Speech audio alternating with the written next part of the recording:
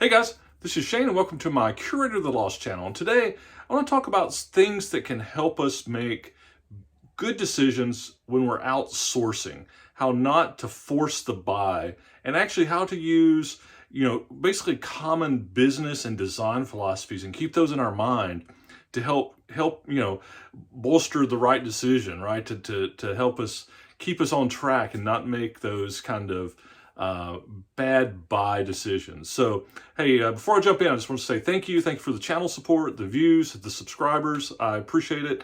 As always, I look forward to your comments and perspective. And definitely, hey, if you like this, subscribe. We'll just keep doing it, see what happens. So with that, let's jump right in. So look, when I make bad decisions, I'm primarily a bookseller, but I always say, when you see cool, buy cool. And when you're at a thrift store in a estate sale and you see something awesome, you should buy it. But I find that, it's the bookseller gone rogue. A lot of times I buy stuff that I get it back and I'm like, well, why did I buy this? Either for whatever reason. It's going to be impossible to ship. There's not that much profit on it. It's usually something difficult about it. And I find that the psychology of a lot of times when I make those decisions to buy bad stuff, and I'm just going to say by bad meaning things that are difficult to resell, that just for whatever reason, there's really for the hassle, it boils down that for the hassle it's going to be in some respect, it's just not worth, the money you can make off of it. I find that when I get into that decision, when I make that decision, a lot of times it's because I'm trying to force the buy. And what I mean by that is do you ever do this? I'd be interested to see how many people do this. You go to a thrift store, let's say you're looking for books, and you don't find anything. And so then you kind of start looking at other stuff and you feel like because you've got this time investment of stopping by the thrift store that you don't want to, it's this missed opportunity cost, right? That you don't want to, you had this opportunity, you went, you didn't find anything, you feel like you should come away with something for the time that you've invested. And sometimes that mental approach will make me buy something I shouldn't buy. I force the buy. And that's what I'm talking about. I'd be interested to see if any of you guys experience the same thing. Some of it, I guess you could be slipping into the danger zone of, on sourcing that you just have to buy something, right? So maybe there's a little bit of that there too, but there's this psychological aspect of it I find that I have to just tell myself, look, don't force the buy. If it's not there, it's not there. Come back next week, whatever. But here's something that I've started doing that helps me, and I think it's good guidance. Think of your buying triangle, okay? And what I mean by buying triangle, it's borrowing from a lot of business stuff. But now we'll touch on that in just a second. But the buying triangle would be subject matter, cost, and shipping. That forms your triangle that you need to be thinking about.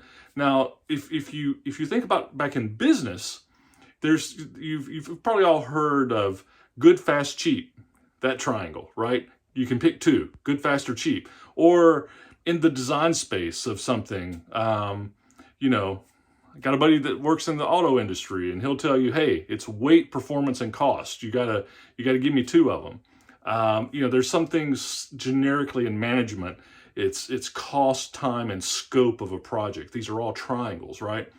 So I think from an eBay buying perspective or for an online selling buying perspective, your triangle should be subject matter, cost of goods, and shipping, okay? And I don't think that I think in our space, you don't say, just give me two. I think you have to make sure you've got all three, but just unpack that. Subject matter, cost of goods, and shipping. It doesn't matter how awesome the thing is or how much it's cool it is or how quick it'll sell. If you can't get it at the right price and be able to ship it affordably, you can't make any money on it. It doesn't matter, right? So I guess you need all three of them, right? Same thing. Get it super cheap and it's just regular shipping or not a problem to ship, but you don't have good subject matter. Nobody's going to buy it. Nobody's going to care.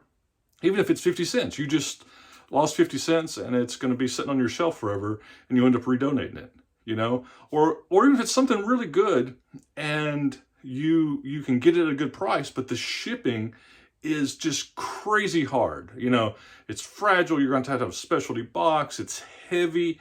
Just the hassle factor that's involved in it is not worth what you could get it for, even though it could sell really good, right?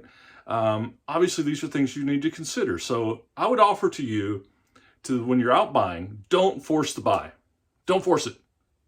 Take what the store gives you, right? But as you're looking at stuff, as you're sourcing, as you're buying stuff for your online sales, think of your triangle, your golden triangle. And in that, think subject matter, cost of goods, and shipping. Keep all three of those things in mind when you're buying, and all that in context of what you can sell something for, and it'll help keep you on the right track. It's just, you know, don't get caught up in the moment. Don't make those decisions and have a lot of dead stock or something you end up having to redonate. Keep those, that's a good philosophy, I think. So that's it. Hopefully it helps. You guys get out there, see cool, buy cool, list it, sell it, have fun. Talk to you soon. Bye.